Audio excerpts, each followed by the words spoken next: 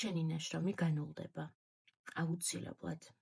თუ არ დაიცავ ამ ორ უმნიშვნელოვანეს დეტალს. პირველი ეს არის გარკვევით ჩამოყალიბებული აზრი, ანუ კალიგრაფია. თუ გამსწორებელს გაუჭირდა ამოიკითხოს შენი ნაშრომის ძირითადი ნაწილიდან მოსაზრება, ამ შემთხვევაში ნაშრომს არავინ შეაფასებს.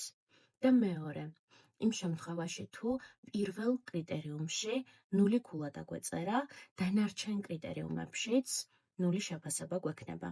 პირველი კრიტერიუმი ეს არის ადეკვატური გაგება და გააზრება.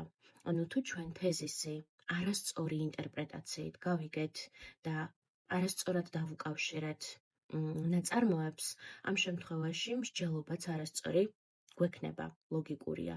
შესაბამისად, გამსწორებელი შენს ნაშრომს აღარ შეაფასებს. სხვა ნებისმიერ შემთხვევაში აუცილებლად დაგვეწერება გარკვეული შეფასება, 34-დან გარკვეული შეფასება ჩვენი მსჯელობის შესაბამისად. იმ შემთხვევაში თუ 150 სიტყვაზე ნაკლები აღმოჩნდა ჩვენი ნაშრომი არ ნულდება. მხოლოდ ბოლო 3 კრიტერიუმი იქნება შეფასების გარეშე. ბოლო 3 კრიტერიუმი გახლავთ ლექსიკა და სტილი, მორფოლოგია, ორთოგრაფია და სინტაქსი და პუნქტუაცია. ანუ ძირითადად გრამატიკული ნაწილი. ბოლო 3 კრიტერიუმს ჯამურად ასევე მსუყე ქულა აქვს. ლექსიკასა და სტილს მაქსიმუმ 3 ქულის მოტანა შეუძლია ჩვენთვის, მორფოლოგია, ორთოგრაფია, სინტაქსს 5-ის, ხოლო პუნქტუაციას 4 ქულის.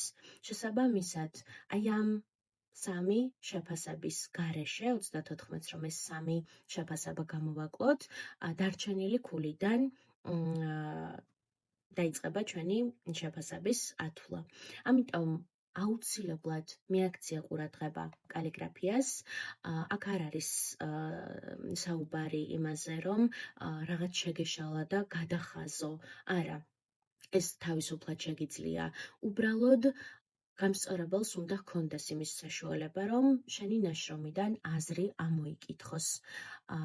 და ასევე მიაქცია ყურადღება იმას, რომ თეზისი გაიგო სწორად, რამდენჯერმე გადაიკითხე თეზისი, პირველივე ჯერზე აფექტურ მდგომარეობაში გამოცდაზე მყოფი შესაძლებელია, რომ რაღაცა ისე ვერ გაიგო, როგორც საჭიროა, მაგრამ არ აღელდე.